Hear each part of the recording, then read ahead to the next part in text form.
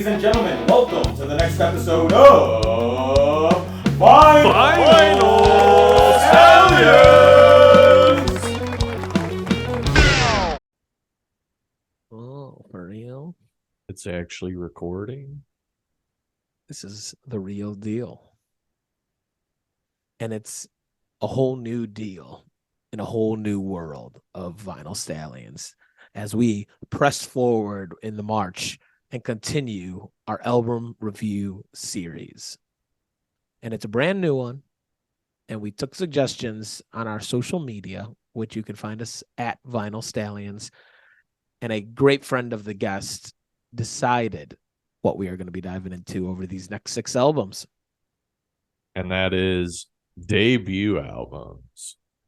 And so, yeah, we also announced this on social at Vinyl Stallions and took a few suggestions on, like, all right, what are some good debut albums that we could potentially dive into? We got some good ones, and we probably won't use all of them, but we are going to use one that we got for today's episode. And that is the self-titled debut album of one and only Van Halen. By Van Halen. And didn't Tanner Wirtz pick this one? He did. Shout out to Tanner. Yeah, also his idea for the debut albums. Yeah, we're running with the Tanner. Go check out Tanner Wirtz in the Toledo area. Plays with the Currents, plays with the Ice Cream Militia, and a shit ton of other stuff. Homie of the Stallions.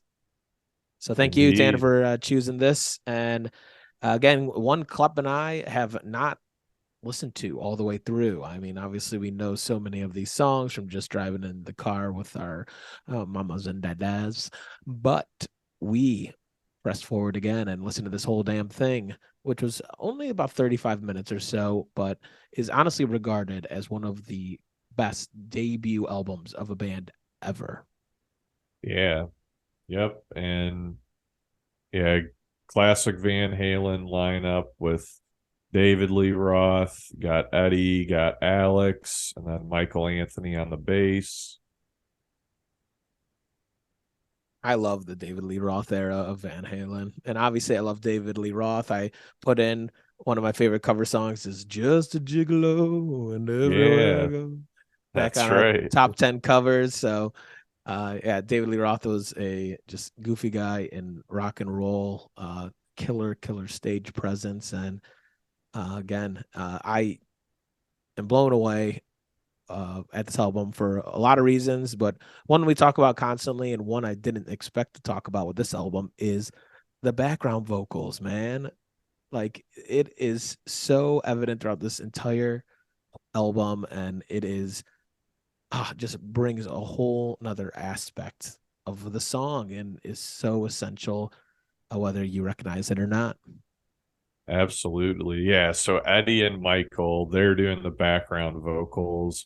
And yeah, the way, like, I completely agree with that. Like, the way they harmonize and use the backup vocals to give songs like a more full sound is, like, very evident in this album and done very well. It really was. And it's fun to dive in, obviously, to the albums once we decide them. And it's fun to see how so they had started recording demos back in 1976. Yeah, with Kiss. Yeah, with Kiss. So Gene Simmons had helped record them. And it didn't pick up much steam. I think it helped kind of fuel a lot more like concerts or gigs. And fun fact, so the cover of this album, how it shows like each 4 of them, was actually taken at the Whiskey A Go Go, which is in LA, I believe, or definitely in California, a famous venue there that I've heard of so many times. And I don't know, I just thought that was a very fun fact and a venue they played very, very often. Yeah. Yeah. And eventually they did get their record deal, like after, playing a bunch of shows for those 2 years. Yeah, with Warner Bros.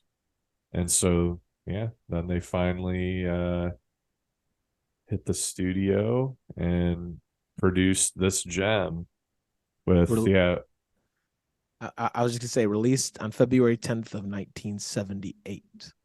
Yep, $40,000 budget, which is kind of crazy, but when you think about like a band of that scale, it's actually like not too bad. I just want to point out as well as just a young adolescent mind, when I would hear of Van Halen, I would honestly get it confused. Just understanding, one, is Van Halen a person? Is it a band? And Yeah. then I would hear of Van Morrison. I'd be like, wait a minute, is that a person or a band? Is he involved with these other Vans? And then you obviously hear of like Eddie Van Halen, and you're like, is he in Van Halen or does he just happen to be that name? I was so confused. Yeah. No, I when I was younger, I definitely thought Van Halen was like a person.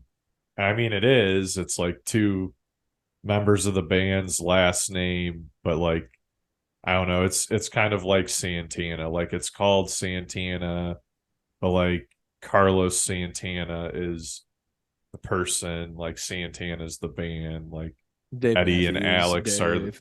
yeah, exactly. Like Dave Matthews is the person, but Dave Matthews Band is like the entity, like the band, the group of people, not just one guy.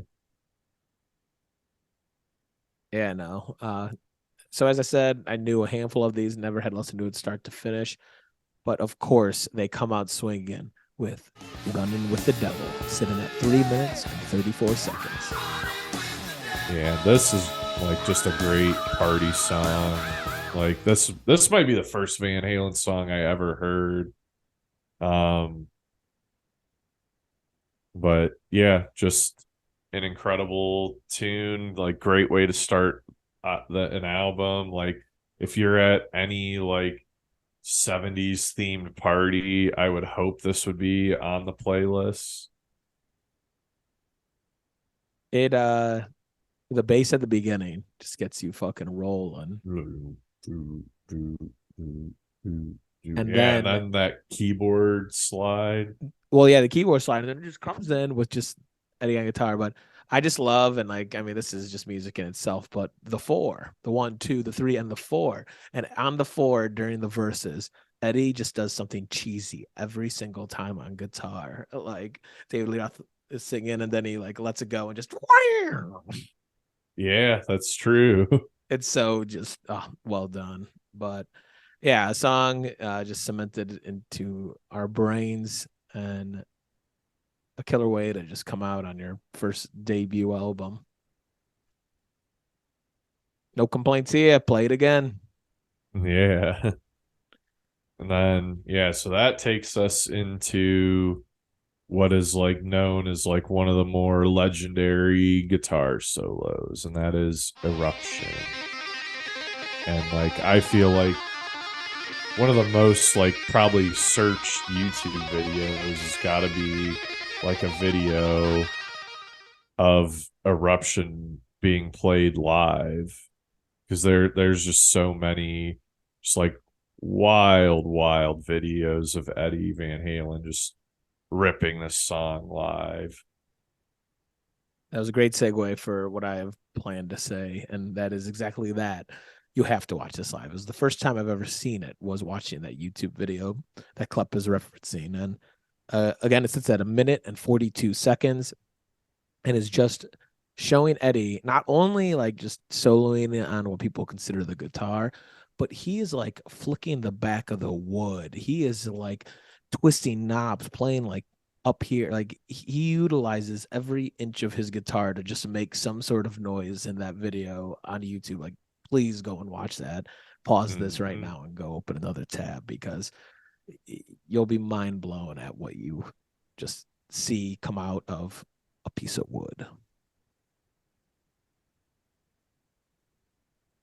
Yeah, it is a pretty remarkable solo, and like kind of cool that they just like basically formed that into its own track, and it is pretty well placed on the album. Like I feel like a lot of bands may have been tempted to either lead off the album with this song or put it at the end of the A side. But I do kind of like it as song number 2 because they're going to catch your attention right off the get-go with You Really Got Me, like high energy, like party song. And then it's like, all right, we got you. Now watch Eddie shred. Yes, and so that goes directly into You Really Got Me. And that's sitting at 2 minutes and 36 seconds. And on my walk listening to this, I had just many thoughts of being like, wait a minute, this is a King song. This is Yep, like, sure is. like it took me a second to be like, is this the OG version? No. And it's for many considered the first kind of like pop punk song. Yeah. Yeah, only cover on the album. And yeah, it definitely works. Like, especially coming right out of Eruption into it. Because like the guitar's already hot from Eruption, and the way You Really Got Me starts off is like hot guitar. So I think those songs like follow each other really well. Yeah, no, it is a great cover. Yeah, David Lee Roth kills it on those vocals. And again, just a band that watching their videos and watching their antics is just forever fun. And yeah, highly suggest just going back and doing deep dives into just old Van Halen videos, the peak of the early 80s. And yeah, it's like just cemented into what is rock and roll. Yeah. And yeah, I also think Van Halen, like their flavor of rock was like a little bit different. I mean, I guess it makes sense because they're more like late 70s, but like when I listen to Van Halen, I like feel like I'm at like a biker club or like a place where everyone's wearing like leather jackets and like cracking their knuckles. Are you saying you want to start wearing leather for Vanny? Maybe. Just leather in like July here in Cleveland. I'm just gonna edit leather over this Hawaiian shirt. You hear that, Casino? Do it. Do it. Man, so I think this is kind of shown by so the next song, Ain't Talking About Love, is the longest song on the album. And that's 3 minutes 50 seconds. Which, like, if we were doing a Red Hot Chili Peppers album review, that might be like the shortest song on an album, you know? Oh, I know. So yeah, like it's a 35-minute album and they still get 11 songs in. So these are like short songs. Like hit you with a burst of energy and like a certain vibe, and then we're just gonna hit you with another one. But this song might be my favorite on the album, Ain't Talking About Love. I just love the guitar riff on it. And like also like what you were saying earlier, how like Eddie and Michael with the backup vocals like really give this song like a fullness. Yeah, I think it might be this song, or maybe it's I'm the One. There's just one part in like the middle where they'll just like do wopping, and it is, and I'm pretty sure it's I'm the One actually, because that one sneaks up on me. But yeah, Ain't Talking About Love is one again that I just I've heard so many times, and I forget it's just Van Halen.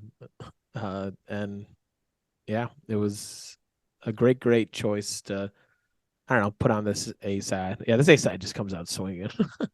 It does. Yeah, like I knew all the songs on it other than the next one, but yeah, I mean I feel like the first like half of this album has like a lot of their very popular like well-known songs. Yeah, it definitely does. But one that is not as popular, and again, we had just mentioned, is sitting at number 5, called I'm the One. And that's 3 minutes and 44 seconds, so not too far off of me talking about love, but man, this is the one that stood out to me. Yeah, this was really good. This is probably on the top 3 of the album for me. Yeah, just like what a song. And it's cool that like I don't know, this album, it just has like it's not just the hits that are great on this. But yeah, I mean the way the guitar on this song starts, it's like violent. And then I don't know what Alex is doing with the drums is like pretty unique. It's like kind of like a bluegrass style beat, but it's on, like a rock drum kit. And yeah, the way it just all comes together, it's just this crazy song. And so it is this one. So at 2 minutes and 50 seconds of the song is when just the whole background just starts going ba ba da shooby doo ba ba da shooby doo ba do sha ba da shooby doo and Yeah. like you're like what? What is this? So it sounds like nothing of what I heard on this album so far. Yeah, Yeah. And then yeah. as soon as that's done, Eddie just takes back over. Ow, ow, ow. Yeah, so I think this next one closes out the A side, am I right? Yep. And what do we have? So then, yeah, we go right back to a hit. Jamie's Crying. 3 minutes 29 seconds, and I used to always get this one mixed up with that one song where it's like Janie's got a gun. Janie's got a gun. But instead, Janie's crying. Yeah, and I went to grab it just so we could get a little closer look. We're flipping now, so feel like now's a decent time. Kind of interesting. So you look like the album's upright right now. If I flip it over to the back, it is still kind of upright, but the text, it's kind of hard to see. You can kind of see like the Yeah, I text see is the a top. different direction. So it's like coming like this way, even though the picture is still this way and album is this way. But yeah, pretty standard like packaging. One disc comes out. That's pretty cool how it's got like the Van Halen on there. But yeah, Jamie's Crying. Great song. But will we get it in 5.0? Who knows? We'll be Mike, in the mix. Michael will be crying. But yeah, Janie's crying is I don't know. It's honestly a Van Halen song I'm just like okay about. I mean, it's very, very catchy, and maybe that's why I hate it so much in regards to I don't know, it'd be like I don't know, always being on the radio. But this first side of music is absolutely banger after banger after banger, and I was like, what else is possibly on this fucking 35-minute ripper? Yeah. Yeah. Yeah. Great story, great song. Just kind of like funny. Well, not too funny, but like, Jamie just like gets her heart broken by some dude who just wants to party. Like kind of typical of that time period. Motherfuckers. Right into side B with the atomic punch. Or punch. Atomic punk. Sitting at 2 minutes 59 seconds. This was another one that like kind of surprised me because I hadn't heard it before. But yeah, like the guitar sounds that Eddie's making at the beginning of this are pretty wild. And then like, I don't know, the guitar, like once it goes into like the main riff is like pretty dark and dingy. Kind of reminds me of like a Black Sabbath, Tony Iommi guitar riff. And yeah, This song like almost has like kind of like a heavy metal feel to it. Yeah, that shit at the beginning is so crazy. And I don't know, the way this thing is produced as well is just so well done with just focus on just the guitar when it's there. And like it sounds just like honestly like carnival games at some points, like wow, like, like I just fucking hit the jackpot and it's just wow, wow. Yeah, no, I definitely feel that. Man, rest in peace, Eddie Van Halen. Yeah, just someone I would have loved to witness in person. Yeah. Died at the end of 21, I believe. So not even 2 years ago. Yeah, I'm pretty sure that's the Red Hot Chili Peppers song Eddie is like Oh yeah, tribute to him. oh yeah. They say Hop Faticha. They say the whole shebang in that song. It is definitely a tribute and shows tribute in that solo as well. Oh yeah. Yep, that is a ripper of a solo. Yeah, so Atomic Punk kicks us off, and then we go right into another one that I guess I happen to know called Feel Your Love Tonight. It's in 3 minutes and 40 seconds. Yeah. And then this is another like just like party song. Like if you're having like a 70s themed party, like this song's like gotta be on the playlist. And yeah, another one where those backup vocals Yep. like are so critical to this I song. can't wait to feel your love tonight again. Yeah. Well, yeah, no, because you got three people singing during that part, and then it's like they'll back off for like a line or two, and then they all come back in, and it just accents, those parts. Damn. Should they have created a acapella doo-wop album? Maybe. I'm sure there's already just Van Halen acapella already out there on the UT.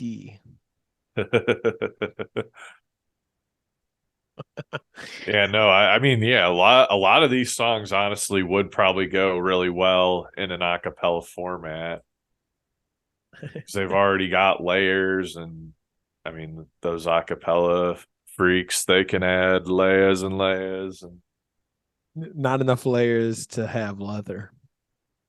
yeah, close to ogre tier but not leather. Oh, dream, little darling, dream. As we head right into number 9, Little Dreamer, 3 minutes and 21 seconds.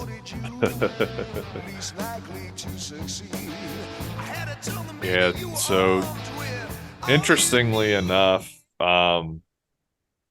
this song is the third least listened to song on Spotify. I'll call the fucking cops. Yeah, the second least song was Atomic Punk, and least is one that we have yet to get to. But yeah, it kind of surprised me. I mean, it has like kind of a bluesy vibe, maybe not quite as the next song coming up, but yeah, bluesy vibe, just like a pretty good feel good song. It's like not quite as intense as a lot of these other songs on the album. But kind of nice to like, I guess, give yourself a little break, like we start off with Jamie's Cryin, Atomic Punk, and Feel Your Love Tonight. Those are like three kind of high energy songs. So this gives you a spot on the B side where you can just kind of, Wait, chill out. clear it up. Is Jamie's Crying on the A or B side? B. Okay. Yeah, that kicks off the B. Very good. Yeah, no, it's yeah, it sounds like a Van Halen, and it's damn fucking like I don't know. It's a good core Van Halen song. Wasn't one that really stood out to me too much on the album, but it deserved obviously a spot. And I was like reading, I think it was their drummer Michael Anthony or something, who recalled they didn't have a ton of material, so they just took everything they did from their live show and all the songs they knew and just threw it on an album and created it in a handful of weeks. So this was what I assumed from that comment, every song that Van Halen had at the time. Yeah. Yeah, And that makes sense. yeah, it definitely does. Obviously, for your first time album, you just want to get everything out there, have something content. Content was around in the 80s, ladies and gentlemen. Let it be known. And it brings us to one of my favorite and most unique songs I've heard in a long, long time, Yeah. called Ice Cream Man. Sitting at 3 Yeah. minutes, 18 seconds, number 10 on the album. Yeah, I was wrong. I said You Really Got Me was the only cover. I forgot. This one is a cover too. But yeah, it's this dude named John Brim, like, wrote this song a long time ago, like back in like the 40s or 50s. Definitely didn't have the bop like it does now. I love that it's just like David Lee Roth at the beginning by himself, really, and then just gets into just. Yeah. Yeah, so okay, this song was originally recorded in 1953 but did not get released until 1969 because What? it was cut from the album that John Bryn was making at the time. Like it wasn't released until 1969 on like a compilation album that just had outtakes. So that's kind of crazy. There's a chance that this song could have never seen the light of day. Van Halen would have never heard about it and would have never put it on this album. Dude, and like at a minute 45 is like one of the best solo rips on this entire album. Yeah, Like, and I should also mention acoustic guitar is being played by David Lee Roth, not Eddie. mm. And dude, it's a party, like all those vocals towards the end, guaranteed to satisfy. Like, oh, so good. Yeah, this Yeah, one is right up there. If you want to freak out your neighborhood, go put on Ice Cream Man. yeah, that acoustic guitar in the beginning too is like super bluesy, twangy, like kind of reminds me of a George Thorogood song. I'll drink alone. I'm a fan of drink by myself.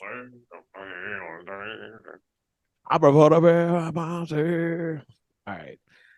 Anyway, we're gonna close out this album review with a song called "On Fire," sitting at 3 minutes even to close out Van Halen by Van Halen. And this is the least listened to song on this album on Spotify. And I don't know if it's just because it's the last song and people just couldn't make it through or what. Because yeah, I mean, it's called On Fire and Eddie is on fire during this one, as he is Yeah, kind of like the whole album. yeah, holy shit. Sometimes just taking a second listen on some things, even if it's for 10, 15 seconds of the song, you'll just hear a part and be like, oh, I don't remember that. Yeah. Guaranteed to satisfy. For a minute, I thought it was like Eruption Part 2, because like, you know, a good like 30, 45, 60 seconds of the song, like to kick it off, are all guitar. And so I was like, oh, is this just like the sequel of Eruption? But then the vocals kicked in and it took on like a more traditional song format. But still, like, what a tune. And what an album altogether. Again, just a band that has been ingrained so many times into our skulls throughout the years. Have not had a chance to listen to it all the way through. Now I know where the roots began. All right, what were your top three on this album, Spruce? Um yeah, so again, it's tough for a clear mind because half of these I've heard so many times over and over again. So the ones that I'm going to shout out are I'm the One, an Ice Cream Man, because those are new ones and just took the cake for me on this listen around. And then I'm going to close out the top three. I guess I gotta just do Eruption, man. There's no other song like that out there. Seeing it live again on YouTube and just how it's actually created with just a guitar. There's just a cigarette always at the end of it. Like, it's unbelievable to witness. So those are my top 3. All right, for mine, I will go with Ain't Talking About Love. I think I might honestly go. I might go with On Fire, and I'm definitely gonna put I'm the One in there too. Yeah. And yeah, Ice Cream Man was close. Like, I really like that one. Atomic Punk was like kind of tough to leave out too. Dude, we're going to put on Ice Cream Man during 5.0 and not tell Michael. Yeah, how do you not like that song though? Like, he just gonna get teleported from like an old west saloon like into a biker club. Guaranteed to satisfy. Dun, dun, dun, dun. Oh, and it is. Oh, baby. Well, yep. So that again kicks off our debut album series, Van Halen by Van Halen. If you have any suggestions of ones you would want to hear as we pick our next 5, comment below, shoot us DMs, emails at Vinyl Stallions everywhere. We would love to take your recommendation. Yeah. But yeah, that was a great fucking first choice. Excited to continue with these album review series. They are cement stone here in Vinyl Stallions, and what we truly are about is the records, baby. Shout out to the records. Oh yeah. And we're gonna set a new world record with how many albums we review. World records are broken every day here on Vinyl Stallions. If you don't believe me, go back and listen to our other 93 episodes. I dare you. Double Dog dare. Oh, Jinx, you owe me a Vinyl Stallions episode 94. Coming right up. Well, my name is Bruce. I'm Cleb. And this has been another episode of Vinyl Stallion.